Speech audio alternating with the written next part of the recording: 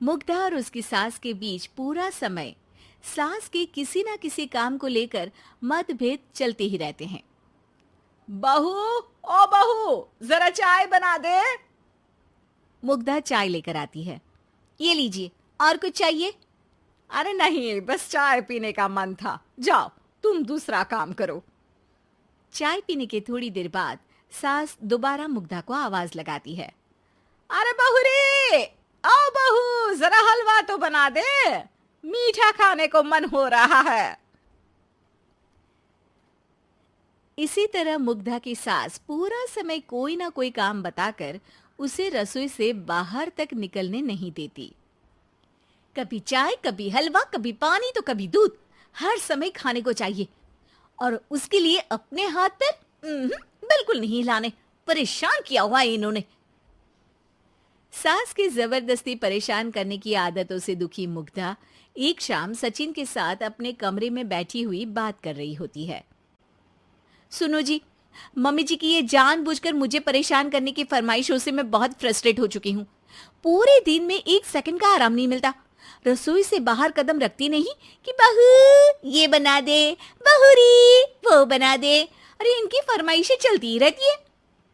अरे मुग्धा, माँ खाने की शौकीन है, पर उम्र हो चली है, खुद खाना नहीं बना सकती, इसलिए तुमसे बोलती है। अरे तो शौक भी उम्र देख कर रखने चाहिए ना। समझ में नहीं आता, हर समय फेविकॉल का जोड़ लगाए सोफे से चिपकी बैठी रहती है। इतना सब डाइजेस्ट कैसे हो जाता है उन्हें? अरे तुम मेरी माँ से इतनी नफरत कैसे कर सकती हो? मैं उनसे नफरत नहीं करती जी, बस परेशान हूँ।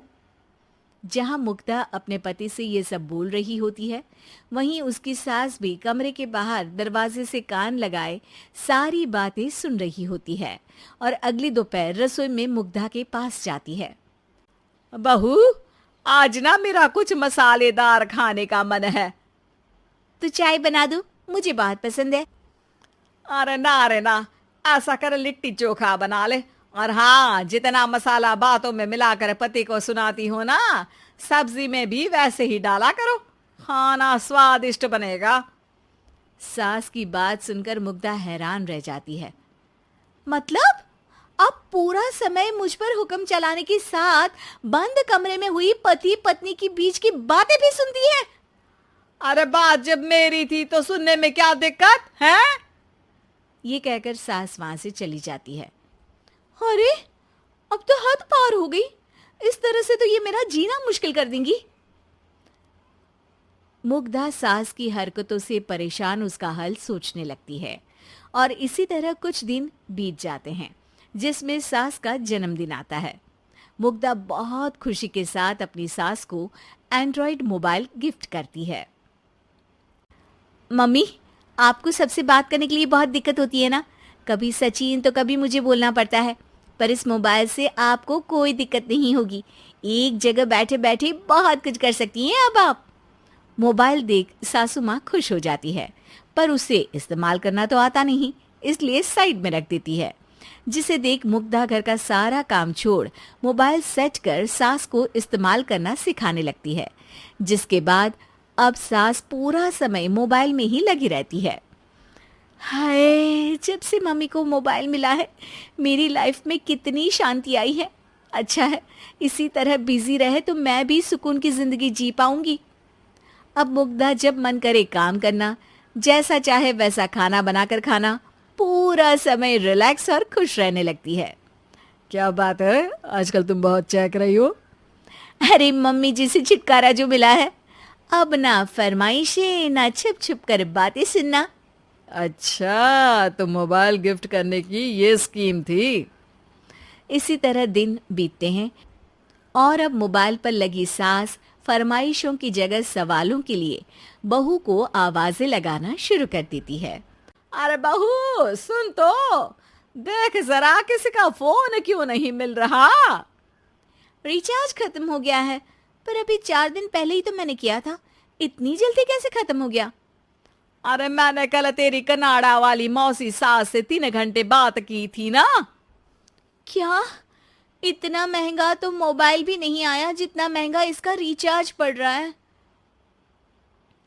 इसके बाद तो जैसे मुग्धा के दिन के 24 घंटे में से 20 घंटे सास के पास उनके मोबाइल रिलेटेड प्रॉब्लम सॉल्व करने की ड्यूटी ही बन जाती है। अरे मुग्धा, ये मोबाइल में अचानक तेरी मौसी सास की शक्ल क्यों दिखने लगी? और ये तो हिल भी रही है। मम्मी, ये गूगल डुओ का वीडियो कॉल है। इसमें आप बात करने के साथ एक दूसरे की शक्ल भी देख सकती हो। अच्छा, ये तूने मुझे पहले क्यों नहीं बताया? अब बताने के लिए पहले नहीं बताया।